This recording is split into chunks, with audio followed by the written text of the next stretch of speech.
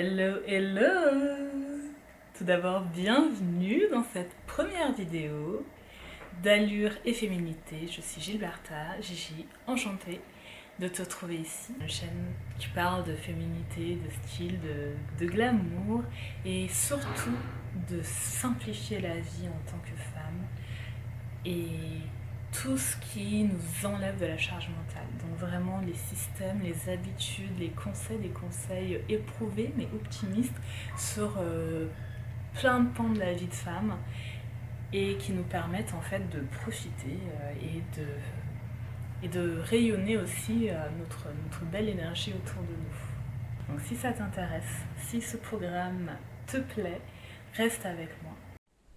Et puisque nous sommes dans la période de préparation de nos prochaines vacances, où nous sommes en train d'y rêver, quoi de mieux que de commencer par des vacances inoubliables et comment faire de chaque vacances en fait des vacances uniques et mémorables que nous partions seuls ou accompagnés.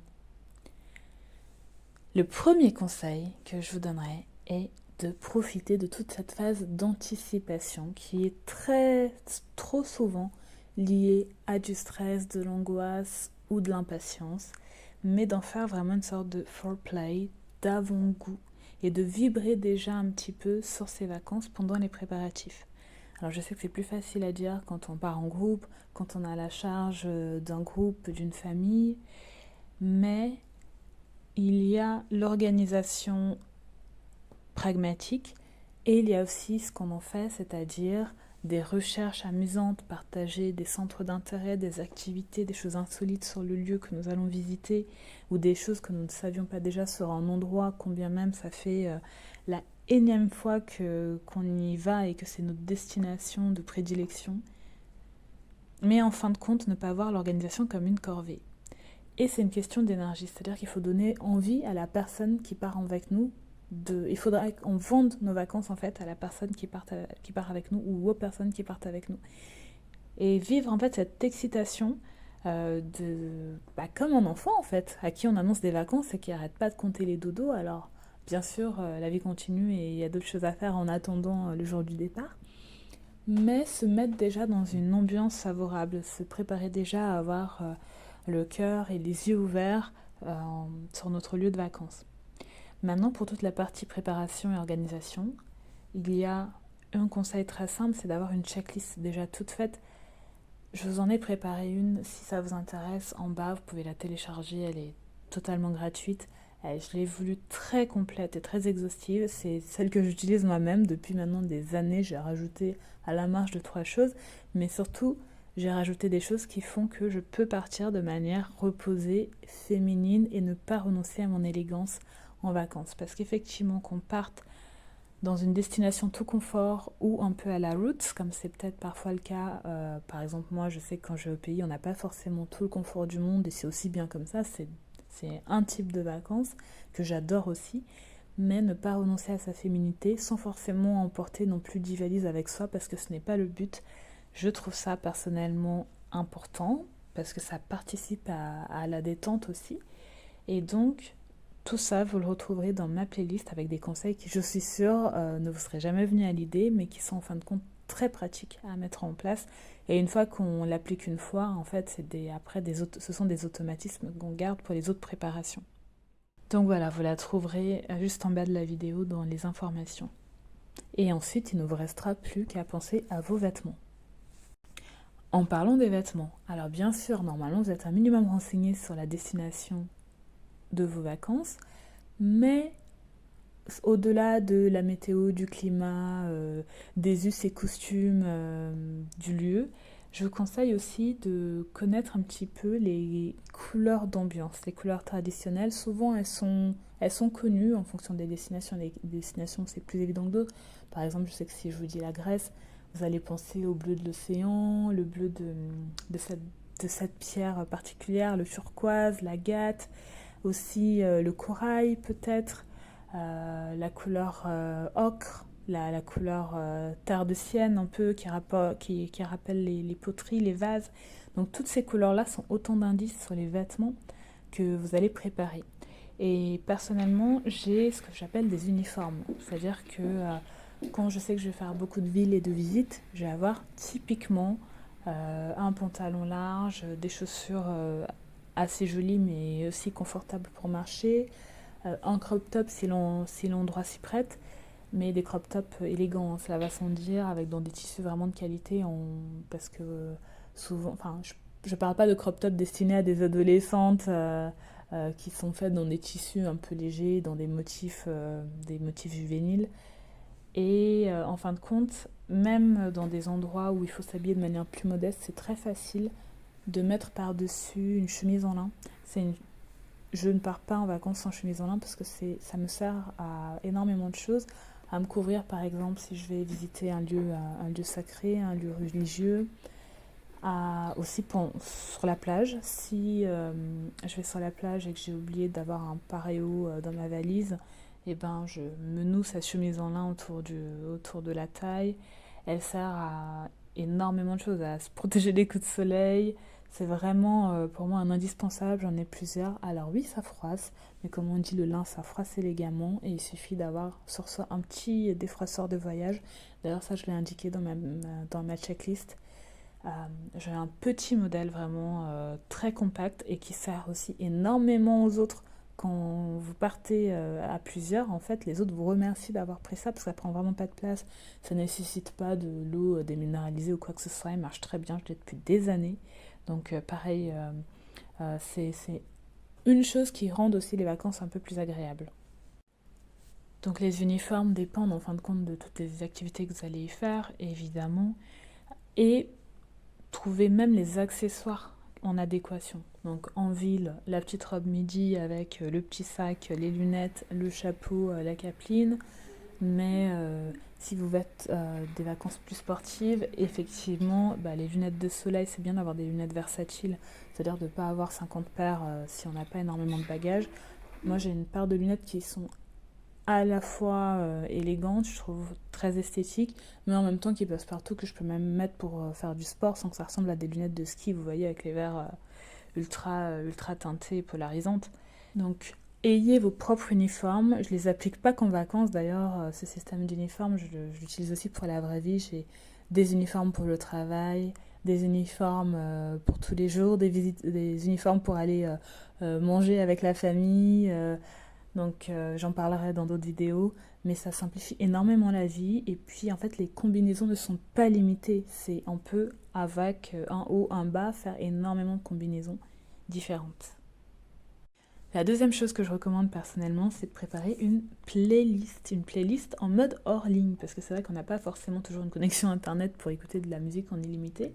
Cette playlist, c'est pas pour vous isoler dans votre coin avec vos écouteurs pendant vos vacances, surtout si vous ne partez pas seul, mais c'est plutôt pour les moments d'attente, les correspondances aux aéroports, pour les moments de chill un petit peu où quelqu'un va faire une activité et vous en faites une autre, pour les trajets en voiture si vous louez une voiture aussi à l'étranger. Donc pour ces moments-là, moi j'aime bien avoir une playlist. Alors Spotify fait ça, mais je pense aussi d'autres plateformes de streaming.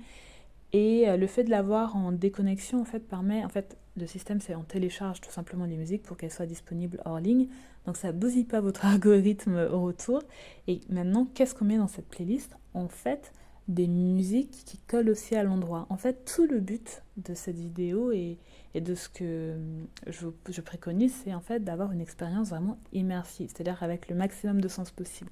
Donc on a évoqué la vue, les couleurs avec la tenue, mais aussi la musique qu'on écoute. Alors bien sûr, en fonction de certaines destinations, les musiques traditionnelles, classiques, ne sont pas forcément celles qui nous parlent le plus. Essayez de trouver... en fait, c'est très simple à chercher sur Internet, en fin de compte. Les artistes les plus mainstream, c'est-à-dire ceux qui sont peut-être le plus ouverts à l'international, c'est souvent une bonne voie d'entrée. Il y a des destinations où c'est plus évident que d'autres, clairement.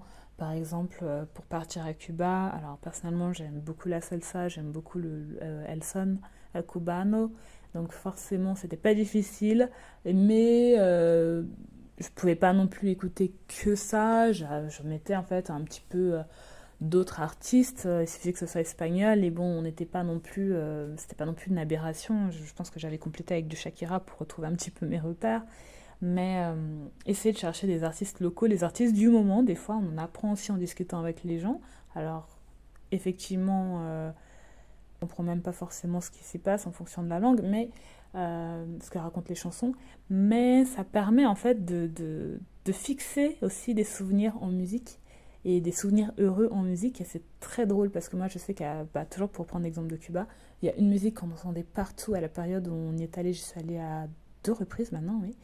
Et il y a une chanson qui passait tout le temps à la radio pendant de ce moment-là, pendant des soirées aussi, quand on allait dans les casa de la musica. Et en fait, cette chanson nous a marqué ensuite, c'est-à-dire que même au mariage de l'une de l'autre, on a rejoué cette chanson parce qu'elle est associée en fait à cette bonne humeur des vacances, à cette insouciance, à des moments entre filles. Et donc tout ça en fait nous remémore. Et puis en fait, il suffit d'entendre maintenant les premières notes de cette musique pour que tous les souvenirs, et pour qu'on ait un sourire sur le visage en fait. Donc c'est ce genre d'expérience qui vraiment marque aussi après. Vous n'êtes pas obligé de les garder, ces musiques, une fois à votre retour, si elles vous plaisent pas, mais une playlist et dans le même ordre d'idée, un livre qui n'a pas besoin d'être gros. Alors, je sais que tout le monde en plus n'aime pas spécialement lire, mais moi ce que je recommande c'est d'avoir un petit livre. Alors bon, si vous avez juste votre guide de voyage sans citer de marque, pourquoi pas, c'est déjà très bien. Mais un petit livre qui, dans l'action en fait, a lieu sur l'endroit, le lieu que vous visitez en fait. Ça m'est arrivé une fois un peu par hasard. J'avais lu un livre, moi je sais, sur les 5 terres. Et il y avait une description des 5 terres qui m'avait déjà donné envie d'y aller. Et je l'avais emporté avec moi pendant mon voyage. Et vraiment, déjà, ça m'a fait découvrir des endroits auxquels j'aurais jamais pensé pour la visite. Parce que c'est pas forcément des endroits. Enfin, plus à l'époque, on n'avait pas ChatGPT et tout qui nous donnait même des endroits insolites si on cherchait des endroits insolites. Donc, ça m'avait donné des idées de visites, de chemins moins empruntés. C'est le premier bénéfice de ce livre. Il y avait une histoire en plus romanesque avec de la comédie. C'était génial de suivre les personnages parce qu'en plus, on a l'impression vraiment d'être littéralement sur les pas du personnage en fait, en reprenant les mêmes chemins. Et ça nous permet, si par exemple on prend une histoire sur un lieu qui se déroule à une autre époque, dans le passé par exemple, et ben ça nous permet en fait de laisser notre imagination partir dans des coins et des recoins, de vivre des choses, de s'imaginer, ah donc cet endroit-là ressemblait à ça à telle époque quand ça a été construit. C'est extraordinaire ce que ça fait comme connexion et comme expérience, mine de rien, parce que c'est le pouvoir de la littérature, c'est le pouvoir de la fiction, c'est de nous faire vivre des émotions. Donc non seulement on a l'effet bénéfique des vacances, d'être détendu, mais en plus on a cet apport en plus par la lecture, l'imagination de quelqu'un d'autre qui nous fait en voir plus et en découvrir plus sur ce lieu. Donc pareil, le livre, c'est pour les attentes à l'aéroport, pour l'avion. Je trouve que moi, par exemple, dans l'avion, j'ai jamais trouvé intéressant de regarder un film sur un écran minuscule avec une qualité déplorable et avec les bruits d'aération de l'avion autour. Il faut toujours le mettre ultra fort pour entendre vraiment quelque chose. On est on est souvent interrompu. Donc moi, je sais que je fais partie de la team lecteur. Donc un petit livre, des fois, le but c'est pas de prendre un pavé qui alourdit nos bagages à main, encore une fois. Mais je vous assure, en fait, ça peut apporter un vrai plus à votre expérience de vacances. Et la dernière chose dans ce côté divertissement, en fait, donc on a parlé de la playlist, on a parlé du livre, c'est une troisième chose que je viens de me procurer moi, j'ai pas encore essayé, je compte l'essayer à mes prochaines vacances. C'est le petit set d'aquarelle là que j'ai vu en publicité très souvent sur les réseaux sociaux et donc je l'ai pris parce que je trouvais ça sympa, j'aimais beaucoup le dessin il y a un moment et donc c'est vraiment un set d'aquarelle de poche, hein. Je crois qu'il y a 3 4 couleurs maximum. Après un petit carnet de croquis ou un petit bloc-notes même que vous transformez en carnet de croquis fait vraiment l'affaire. Après ça dépend de vos appétences. Je sais que par exemple le dessin j'aime beaucoup, j'aimerais m'y remettre occasionnellement sans avoir de gros objectifs ni quoi que ce soit. En fait, ça permet de faire un instantané sur un endroit, un paysage qu'on voit. Si on fait un petit croquis, ça nous prend juste 3 minutes. Mais ces 3 minutes-là, en fait, nous forcent à apprécier l'endroit, nous forcent à faire une photographie mentale de l'endroit, en fait, et à prêter attention à des éléments qui paraissent très simples. Ce sont des arbres, une plage et des personnes qui marchent sur la plage. Ça peut être très très simple. Mais de la même manière qu'on s'arrête pour prendre une photo, et ben là on prend plus le temps de s'imprégner de l'endroit. Donc pareil, ça j'ai hâte d'essayer. Donc vraiment l'idée c'est d'avoir, je vous dis, tous vos sens en fait concernés et impliqués dans votre lieu de vacances. Donc là on est vraiment, si vous l'avez compris, sur comment en fait optimiser la sensation, le vécu des vacances. Alors l'autre façon aussi, bien sûr, de prendre des captures mentales d'un endroit, ce sont les appareils de photo instantanés. Alors ça se fait plus trop, hein, c'est difficile à trouver, mais par exemple un Polaroid, c'est très à la mode, ça a été très tendance à un moment donné. Moi je sais que j'en ai un. Après la difficulté c'est que, bon, d'une c'est un peu fragile à transporter, même dans une pochette c'est quand même un appareil fragile. Les photos elles-mêmes sont fragiles à transporter, et puis en plus les recharges sont pas nécessairement données, donc si on veut. Et puis moi à un moment j'aimais beaucoup prendre des Polaroids, des instantanés, des gens avec moi, enfin des selfies, et puis leur laisser en souvenir. Mais c'est vrai qu'on a vite fait de vider des pellicules à la chaîne, donc bon. C'est pour ça que le petit côté croquis, aquarelle, si on a le talent, vraiment, c'est à exploiter. L'idée est vraiment de profiter des moments de pause pour comprendre où vous êtes. Donc vraiment d'avoir des instants capture d'écran en fait, mais avec tous vos sens, pas un clic d'ordinateur, vous l'avez compris. Alors, il y a l'autre chose qui est plus évidente, c'est de prendre contact avec les gens, d'entrer en contact avec eux. Alors, malgré la timidité, souvent les gens sont très contents quand même de vous parler de leur lieu de vie. Les locaux sont souvent, si vous choisissez une destination accueillante en tout cas, les locaux aiment partager leur vie, leurs expériences. Alors, on connaît toutes et tous les limites, hein, ne pas aborder les sujets politiques, religieux, de santé, trop personnels, surtout en fonction des destinations. Donc, par exemple, je parlais de Cuba, bon, bah, clairement, on n'allait pas aborder la politique à Cuba. Par contre, les habitants sont extrêmement chaleureux. Ils veulent, si vous faites un petit effort pour baragouiner en espagnol, parce que moi, personnellement, je ne connais pas l'espagnol, enfin, j'ai appris très rapidement à un moment donné, mais c'était pas ma deuxième langue. Vraiment, j'étais pas toujours compréhensible, mais les gens font toujours un effort pour se faire comprendre, pour communiquer. Et pareil, ça donne des connaissances déjà. euh, et ça fait des souvenirs, des amis pour la vie. Surtout que maintenant, tout le monde quasiment est connecté en fait. C'est-à-dire que même il y a avoir accès à un portable, avoir accès aux réseaux sociaux et surtout WhatsApp, j'ai remarqué, n'est plus seulement le privilège de certains. Donc il y a d'autres réseaux sociaux qui ont peut-être moins bondi, mais il me semble que Facebook d'abord et ensuite WhatsApp sont ceux qui sont les plus répandus. Pour l'instant, je ne suis pas allée dans une destination où les gens n'avaient pas WhatsApp dernièrement. Donc ça permet aussi de garder contact. Et ça, c'est vraiment génial. On n'est plus à l'époque.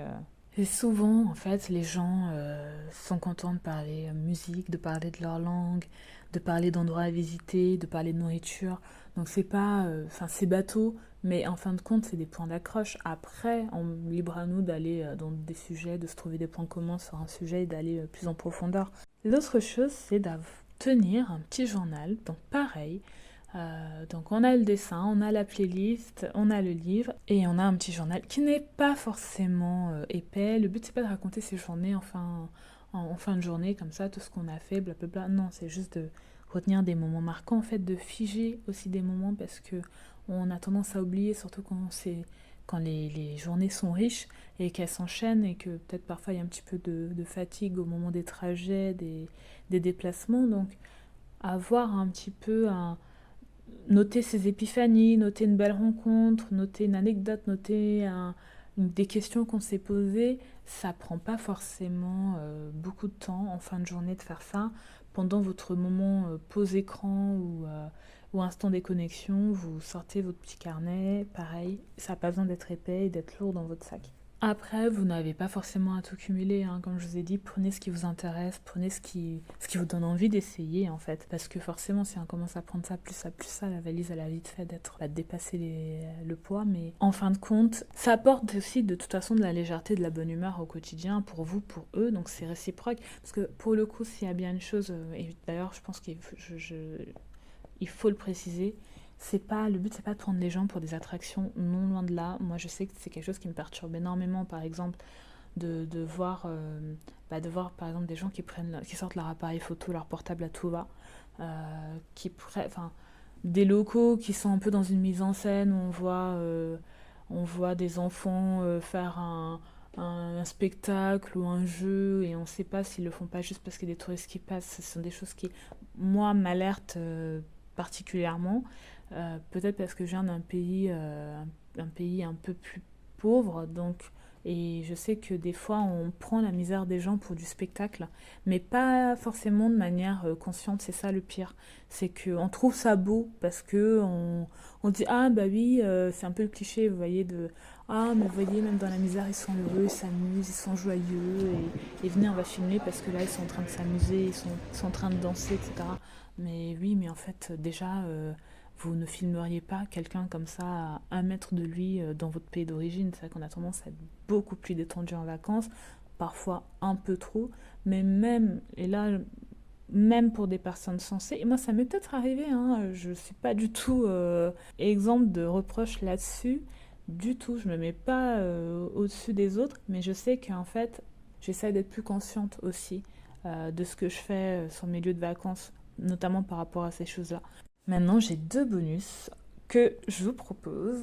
Donc, la première, enfin le premier, c'est pour mes girlies qui ne partent pas et qui restent chez elles. Et là, je vous conseille une chose qui est très amusante à faire pendant cette période de vacances, en fait, juillet-août, de prendre un personnage, de choisir qui vous voulez être le temps de cet été et de jouer à fond ce personnage. C'est-à-dire, c'est un roleplay un peu étendu comme ça. Donc, alors, si vous êtes dans votre ère girl boss, et ben, jouez votre girl boss. Si vous voulez être une fée ou une princesse, jouez la fée. Et vous verrez que pendant ces périodes-là, tout le monde s'en fiche en fait. Il ne faut pas craindre le regard des autres parce que les touristes eux-mêmes sont impressionnés de ce qu'ils voient. En fait, personne ne s'occupe de vous. Les autres sont partis en vacances ou font leur pique-nique dans leur coin. Donc vous pouvez être absolument ce que vous voulez pendant ces moments-là. Avoir son petit personnage pour les vacances, en fait, le temps d'une saison. Pas s'inventer une vie, mais incarner une vie. Et la deuxième chose, c'est de trouver, vous voyez, à défaut de partir en vacances, amener les vacances à vous. Il y a maintenant, donc sur des plateformes comme Airbnb, Get Your Guide, et plein d'autres que je ne connais pas, une manière de proposer des expériences à des touristes qui viennent visiter votre lieu de résidence. Et donc il suffit que vous ayez une façon, une approche particulière, parce qu'en plus de ça, les gens sont de plus en plus friands d'expériences insolites.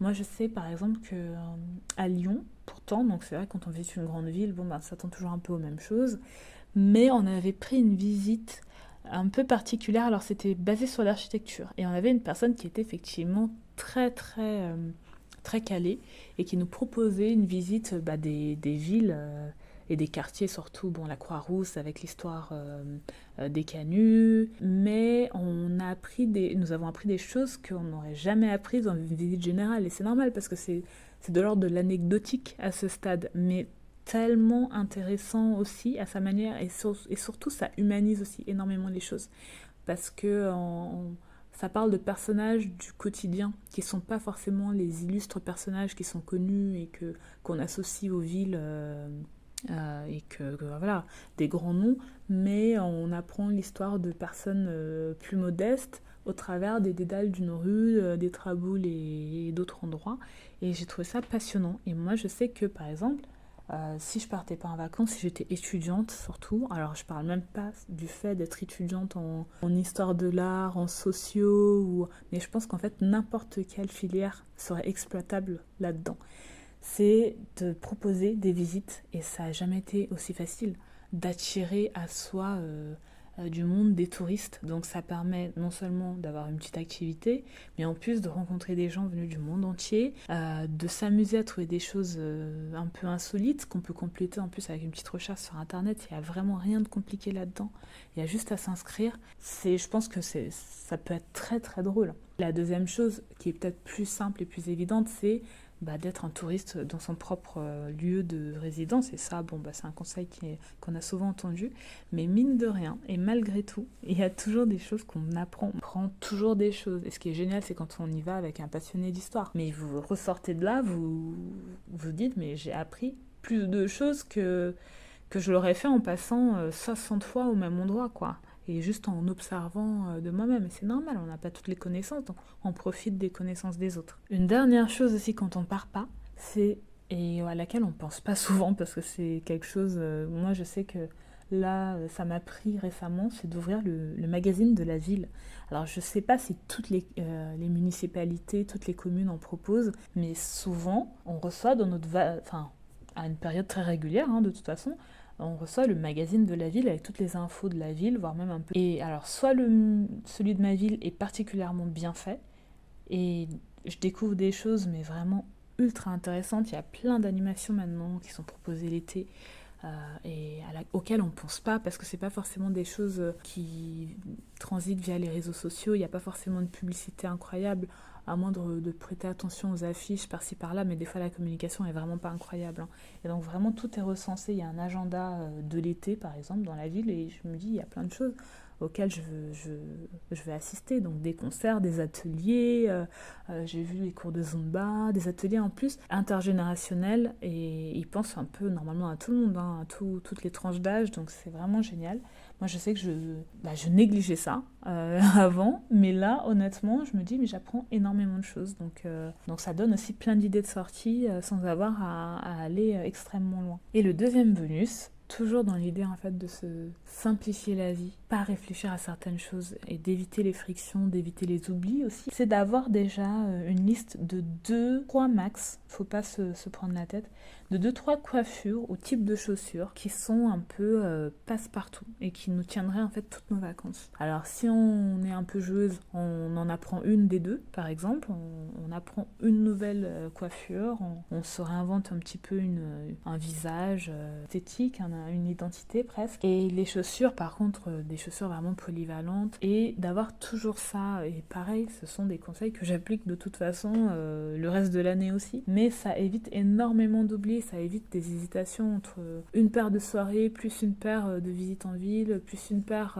pour aller faire une petite randonnée ou une balade dans la nature, et donc il faut pas s'aller à telle chaussure. Enfin, ça simplifie énormément les choses, et je sais pas s'il n'y a que moi qui y pensais pas avant, mais c'est vrai que d'avoir un petit peu ces sets là, moi je les écris maintenant, mais littéralement mes tenues, et ce qui va avec quoi, et du coup après j'ai juste à piocher, me faire mes petites combinaisons comme ça de manière aléatoire. Donc voilà, j'espère que vous en avez tiré des choses, que ça a résonné en vous, qu'il y a des choses qui vous amuseraient d'essayer. N'hésitez pas à me dire d'ailleurs vos destinations de vacances, n'hésitez pas à me faire rêver, parce que pour l'instant on finit l'année de travail comme beaucoup. Et je vous dis, l'anticipation fait déjà partie du jeu, fait déjà partie des vacances. Et encore une fois, l'idée c'est juste d'y aller avec les yeux et le cœur ouverts. Donc je vous laisse pour cette vidéo, j'ai hâte de vous retrouver pour la suite sur cette chaîne. Et je vous dis à bientôt, prenez soin de vous et des vôtres. Bisous bisous.